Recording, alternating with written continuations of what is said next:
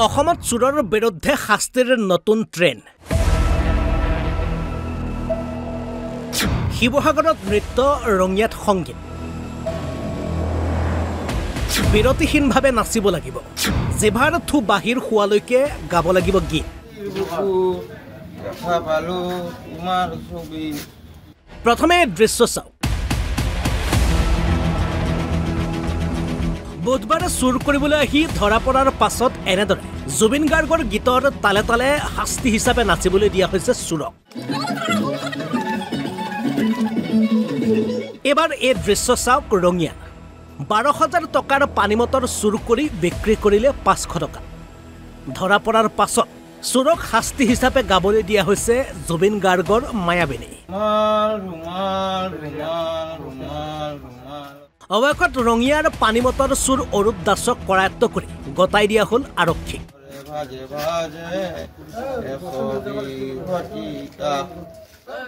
কথাটো কি হ'ল আমি কালি ইয়াতে বহি আছিলোঁ আমি কেইবাজনো ব্যক্তি ইয়াত বহি আছিলোঁ তেনেকুৱাতে আমি গম পালোঁ আমাৰ মানৱতা স্বাৰ্থ অফিচৰ কিনাৰতে এটা ঘৰ বনাই আছে এগৰাকী প্ৰবক্তা হয় নামটি চাৰিআলি তাৰপিছত দেখিলে এজন ল'ৰা আহিলে আহি পেলাই মানে তাতে যিটো গুদাম ঘৰ আছে গুদাম ঘৰটোত সি মানে বেৰখন ভাঙি পেলাই মূৰটো ভিতৰলৈ ভৰালে তাৰপিছত আমি পাছত গম পাইছোঁ যে আমি গৈ পেলাই দেখিলোঁ তাক চুৰ কোৱাৰ লগে লগে সি পলালে তাক গৈ পেলাই আমি বাওপুতিত ধৰা হ'ল পাছত তদন্ত কৰাৰ পিছত আমি দেখিছোঁ তাত মিস্ত্ৰীবিলাকে যিবিলাক মানে খানা বনায় কুকাৰ ডেক্সি চেক্সিবিলাক মানে সেইবিলাক সি অলৰেডি উলিয়াই মেলি ৰেডি কৰিলে আৰু যিগৰাকী মালিকনীগৰাকী কোৱা মতে সি আগতো তেনেকৈ মানে 2 বস্তামান হেৰি লৈ গৈছে মানে যিবোৰ লোহাৰ টুকুৰা ৰিং বনাই থয় সেই টিকনিকখিনি লৈ গ'ল আমি তাৰপিছত তাক খেদা কুৰা কৰি পেলাই ধৰি পেলাই তাক আমি শাস্তি প্ৰদান কৰিলোঁ তাক 2 ঘণ্টা সময় আমি তাক নচুৱালোঁ গান বজোৱালোঁ নচুৱালোঁ তাৰপিছত আমি তাক চাহ তাহ খোৱালোঁ ৰুটি চুটি খোৱালোঁ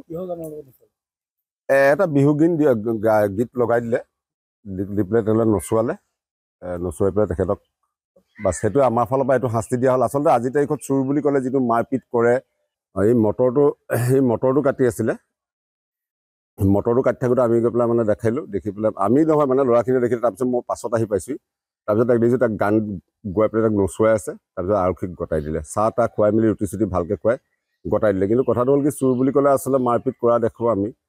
তেনেকুৱা শিক্ষা দিয়াতকৈ এনেকুৱা কিছুমান শিক্ষা দি পেলাই তাক মানে দিয়াটো আমাৰ কাৰণে উচিত বুলি ভাবিছোঁ সি হয়তো ভাবক যে মোৰ শাস্তি এইটো শাস্তি তাৰ কাৰণে মানে মাৰপিটতকৈ এনেকুৱা শাস্তিবিলাক অলপ ডাঙৰ হয় বুলি ভাবোঁ